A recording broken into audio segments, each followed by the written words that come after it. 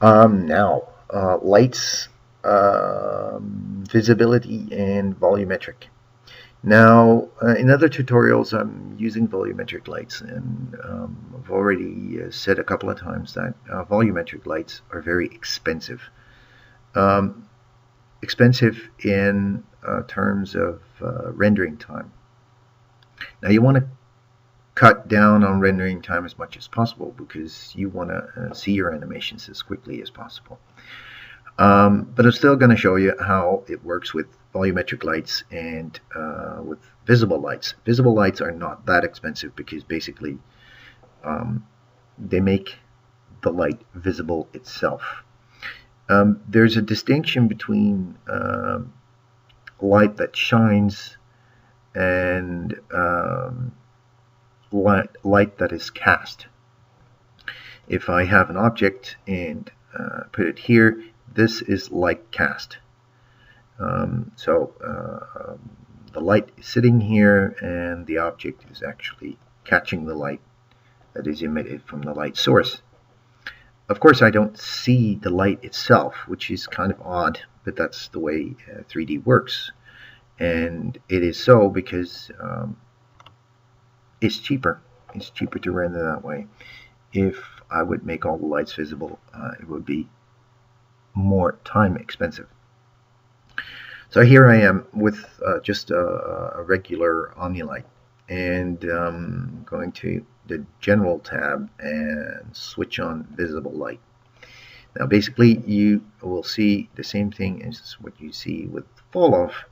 You see this wired ball, and it will actually say, okay, in the center it's 100% and at the edge it's 0%, so you get this ball of mist.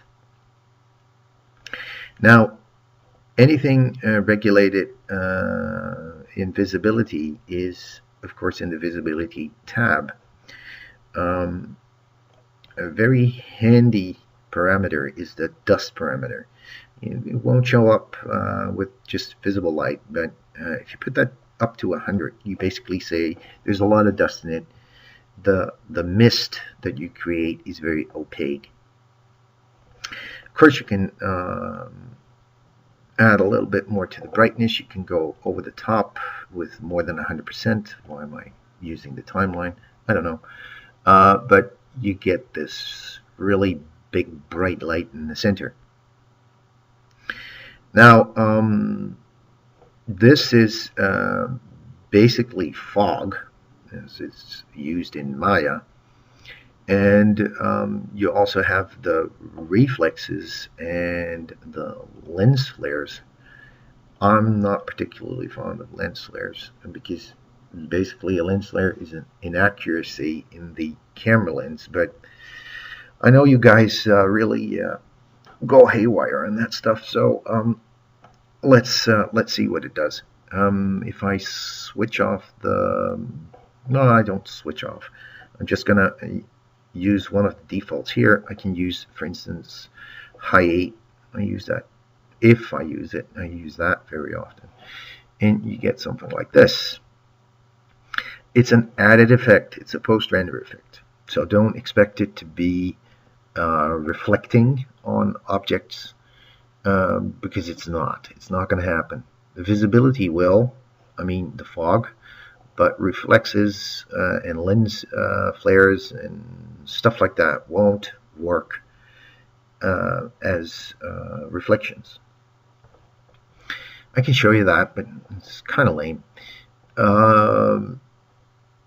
Let's see what we got here. Now let's switch this off. I hate that actually. And let's put some noise in the visibility. So I go to noise and you go down here to visibility. Here you have the illumination, so this will actually put noise in the illumination of the object. I'll show you the difference. But now if I render this, you get this nice fluffy cloud. Actually, you can set the scale of this noise with the visibility scale. This is sort of like a brick in space, a box of 100 by 100 by 100, and you can do pretty neat stuff. For instance, if I push down the visibility, the scale of the visibility in the Y direction, I'm making the flat, sort of like a flat brick, and you get stuff like this. Now you can turn around and you will see this ball of mist that will actually turn around. That's all nice and dandy, but you want to have a light source, and it actually has to have this certain kind of structure that noise just doesn't cut. Then we get into the volumetric lights. Volumetric lights actually are 3D structures of light, and the neat thing about it is that you can add your own textures to it. So let's see, yeah, let's put in everybody's favorite. Let's just put in a sphere and put a little explosion on it, and right, and let's make this explosion like this, and now there's a light in the middle, and we're just going to make this light volumetric. Let's go to general, volumetric, and let's extend this a little bit, and if I render it, you will actually get the fragments of the exploding ball to cast shadows in the volumetric light, so you don't have to have your shadows on. This is pretty neat, and the noise is still on, which makes it a little bit more realistic, that it's not like straight streaks. If I put this to none,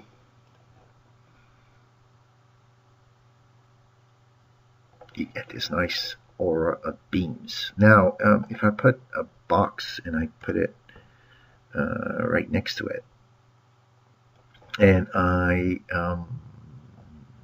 because I was going to show you, I switch on the noise to illumination. I don't know if I'm gonna be able to see it. Yeah, you can see here some noise in the light that is actually illuminating this box.